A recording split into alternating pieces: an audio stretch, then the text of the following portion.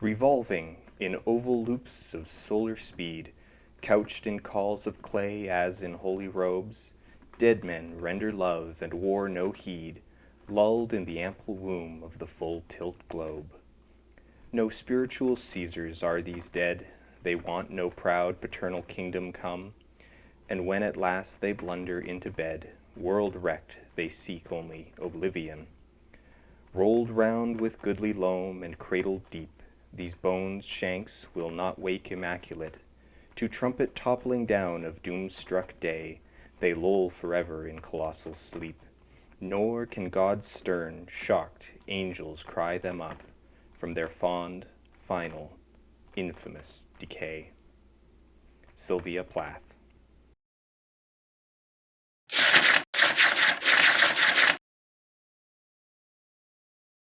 It's customary to do a recap of the film first, but in this case, I'm not sure that's even possible. Things happen. They exist in a sequential order. There are causal and corollary relationships between the events. There is a story. There is no plot. So here's what happens as a summary of what can be summarized. Boy is born. He has a sister. They make it together forever pact. Parents die. Kids are split up. They grow apart. Boy moves to Tokyo. Makes some sketchy friends. Starts slinging drugs. Has sex with his gay friend's mom. Brings his sister over to live with him. Does a lot of drugs. His less sketchy friend gives him the Tibetan Book of the Dead. He reads it but doesn't understand it. He gets shot in a drug bust and dies. And then the movie starts. There's other threads, other stories, but they're incidental to the film because everything is incidental to the film. Alright, context. We have to talk about New Wave.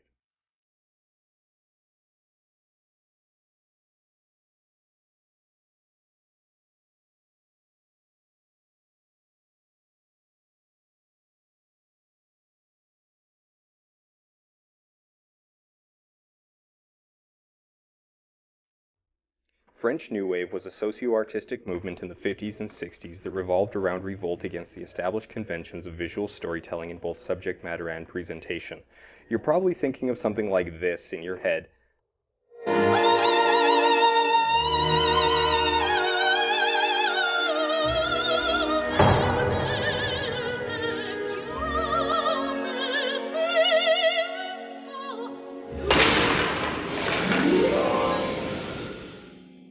Dad, was that your commercial?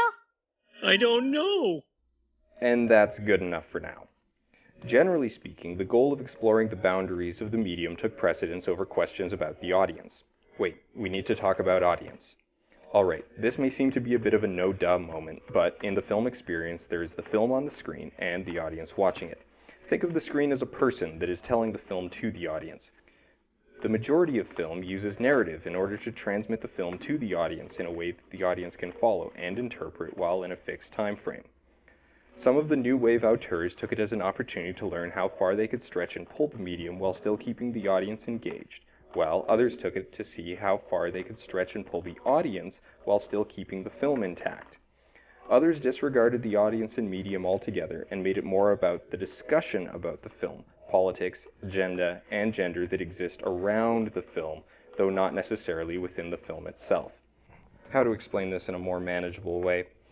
Okay, a film that stretches the medium may play with things like incongruous settings, timeline jumps, fourth wall breaking moments, or visual illusions that exploit the production aspect of the film.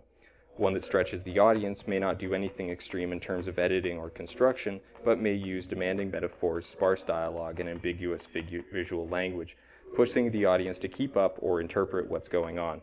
Many, such as 2001, do both.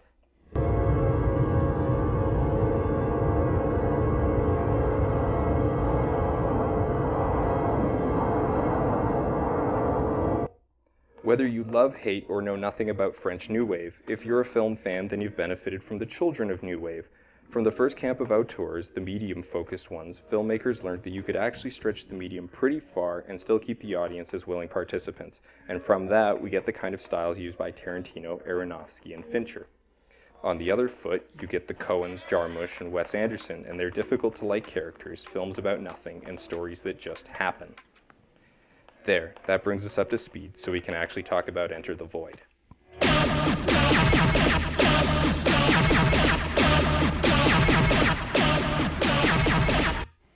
Enter the Void is a 2009 French film, written and directed by Gaspar Noé, about an American drug dealer living in Tokyo. The main character is Oscar, a hollow waste of space with no goals or ambition who is shot in a drug raid when his gay friend betrays him to the police after finding out that Oscar had sex with his mother. The bulk of its 155 minutes is spent following Oscar's consciousness from a detached first-person perspective as it experiences stuff happening. Like I said before, there's no plot. The characters have no goals, nothing is worked towards or risked, and there's no narrative climax. In terms of how far it stretches the audience in the medium, it's not the furthest thing out there, but it's still pretty close to the edge of what even most art house film fans can tolerate. This is difficult to explain because it's a cumulative effect that builds up while watching the movie. At any given moment it feels like something is happening, but nothing ever goes anywhere. Events are disjointed, the timeline is muddled, the visuals are alienating, the music is unsettling, the events are boring, depressing, shocking, and disgusting, but nothing sticks. Eventually you lose track of where you are in the movie. 45 minutes have passed and you don't remember what happened in them. This is intentional on the part of the director and part of the overall purpose. The film has gained some notoriety for its depiction of drug use, specifically the first-person depiction of a dose of DMT, or dimethyltryptamine.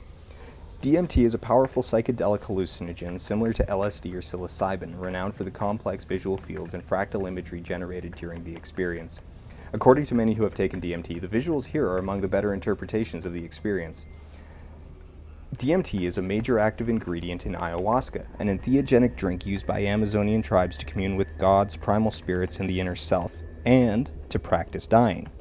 Throughout history, psychedelics have been used to search for higher planes of existence and comprehend one's place within the universe, a use that is not unfounded, as even in the 20th century, medical researchers discovered that patients with terminal diseases found themselves better emotionally equipped to handle their imminent death after being administered a moderate dose of psilocybin, the active chemical in magic mushrooms. This concept of practicing dying is also found in the meditative practices of yoga, including within the Tibetan sect of Buddhism. Bardo the Doll, aka the Tibetan Book of the Dead, is a collection of funerary texts that describes the soul's journey after death as it experiences first the overwhelming fullness of reality, which the impure soul rejects as incomprehensible, and a pure soul accepts, thus accepting nirvana. The impure soul, having been incapable of ascension, wanders the earth and encounters the forms of the Buddha, or others who have lived above the soul in wholeness, where the soul is shown by example what it must do to progress. After this, if the soul lingers without a body, it begins to experience a form of entropy, karmically impelled hallucinations which drive the soul to seek a new body and thus rebirth. This process is sometimes described as a great spiraling dance through eternity, and while it is not without pain and suffering, it is ultimately a celebration of life and an idealization of harmony and perfection. It is not unique either. The image of spirals, fiery wheels, and cosmic dances are recurrent in virtually all religions worldwide.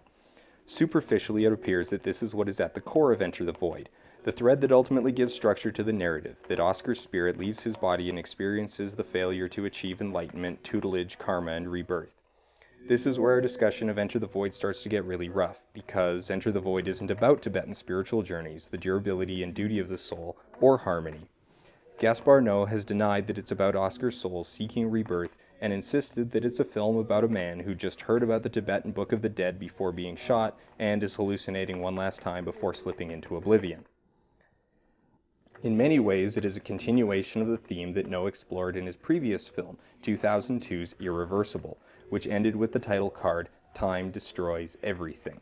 Noé's films have very much wallowed in entropy, focusing on dark, violent characters whose decisions lead only to misery and destruction, leaving them, ultimately, alone and vulnerable. The film is ugly, the characters damned and self-damned twice over, and the whole is tinged with a ponderous defeatism. It is difficult and exhausting to watch because what should be the thread that guides us through is treated with derision by the film itself. The subject matter is bleak and it builds only to nothingness. It is a painful film in both construction and content. But isn't that the point? Like I said, the discussion gets rough here because the film invites us to step outside of it and ask questions about the nature of the film as an experience. For example, does a film need to be a narrative, and what does it say about us, the audience, when we attempt to impose a narrative where one has been intentionally denied? Should the statement and intent of the auteur take ultimate precedence over the interpretation of the audience? What does our willingness to accept or deny the auteur's intent say about our opinions on the subject matter? On a more grounded front, Enter the Void challenges us to figure out for ourselves what makes a film good or bad, and question what a film even needs to be. Does it need a plot, or can a film be something you just sit and experience? Fantasia, Koyaanisqatsi, and 7 Million Pictures think so. If a film sets out to confuse, offend, and alienate, does that make it good if it succeeds?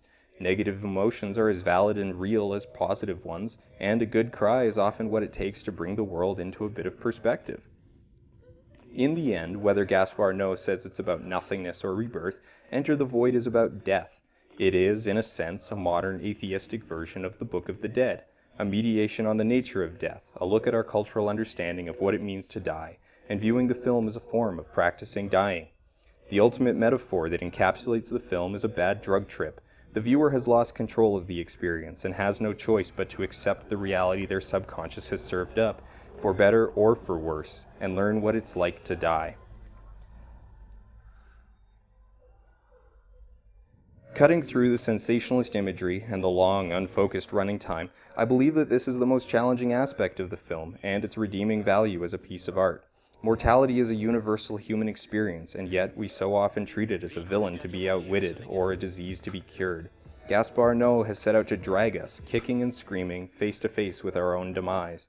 You may not be comfortable with his fatalist conclusion, that we all must at one point or another enter the void, but that is the opportunity that art affords us, the chance of better understanding ourselves by forcing us to confront the myriad aspects of the human experience and make decisions to get us thinking and disagreeing and raising our hand to say, no, I don't think life needs to be hopeless. Now, if only there were another film that asked these kinds of deep, important questions about mortality and wasn't like being slowly crushed by industrial machinery.